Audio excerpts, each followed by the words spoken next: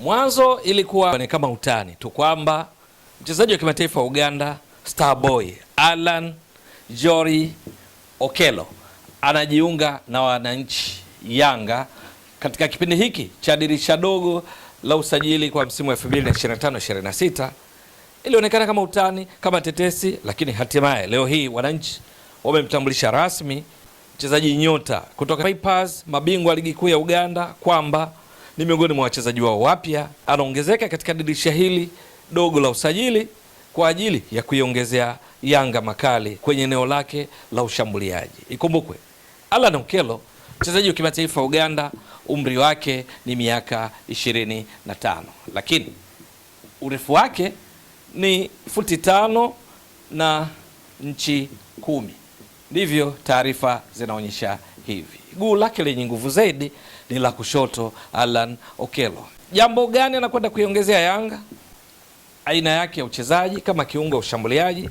Alan Okello kuna mambo mengi aliyojaliwa ambayo kama ataendeleza ndani ya Yanga basi ni ongezeko muhimu kwa kocha Pedro Gonçalves katika kuhakikisha Yanga inatimiza mipango yake kwa msimu wa 2025-26, ikiwa ni pamoja na kutetea taji la ligi kuu Tanzania bara ambalo ameshalitoa mara 4 mfululizo, taji la kombe la shirikisho la benki ya CRDB wanaliwania kwa mara ya 5 mfululizo baada ya kulitoa mara 4 mfululizo, lakini pia kufanya vizuri kwenye michuano ya ligi ya mabingwa barani Afrika ambayo wapo katika hatua ya makundi kwenye kundi lao la B.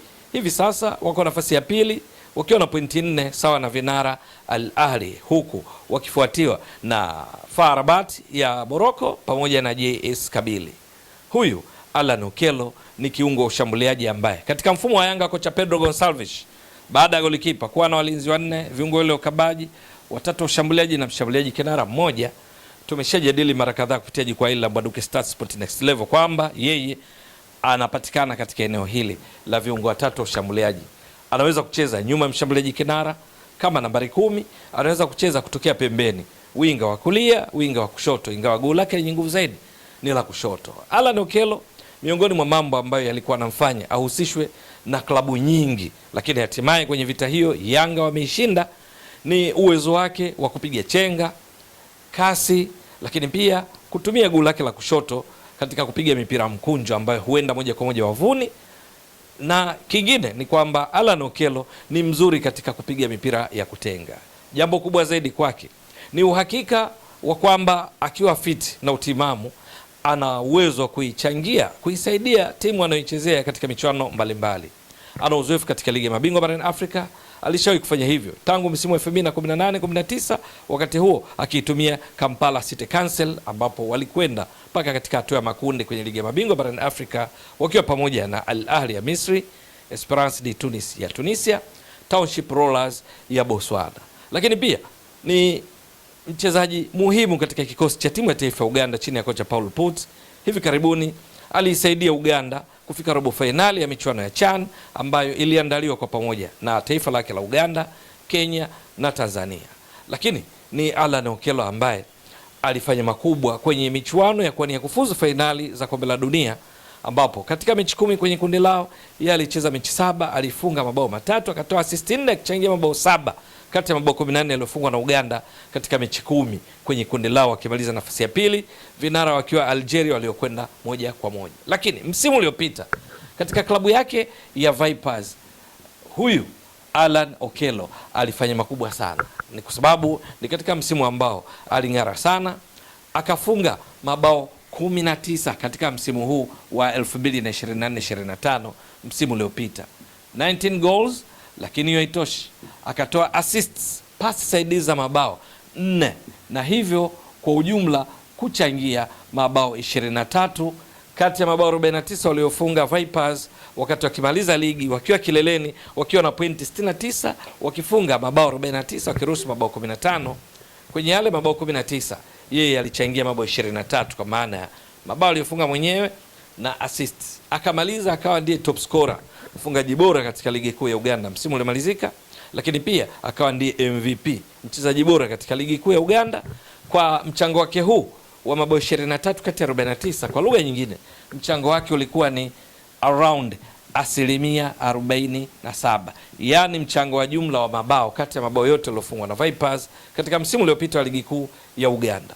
Sasa uzoefu wake huu, sifa zake hizi ambazo tumetaja tu baadhi hapa, ndizo ambazo zilifanya klabu nyingi zimwanie, nyingine zikitoka katika kule kaskazini mwa Afrika. Ilitajwa Al Ahli Tripoli ya Libya kama ni timu mojawapo ilikuwa kimwania, na klabu nyingine mbalimbali. Kuna wakati Okello alikuwa akihusishwa na Wekundu wa Msimbazi Simba na timu nyingine nyingi, lakini mwisho wa siku Yanga chini ya rais wao Engineer Hersi Said ikakamilisha usajili wake baada ya mazungumzo ambayo bila shaka yalihusisha zile picha zilizopostiwa na Yanga wenyewe wakati Engineer Hersi Said akiwa na rais wa klabu ya Vipers Dr. Lawrence Mulindwa kule nchini Uganda, wakibadilishana jezi, Engineer Hersi Said akitoa jezi iliyoandikwa jina lake ikiwa na nambari 10 mgongoni, namba ambayo ni ya Okello. Na hatimaye leo hii baada ya tetesi za muda mrefu, Yanga wamemtambulisha rasmi na hivyo kuashiria mwanzo mpya wa safu kali zaidi ya ushambuliaji ya Yanga, endapo tu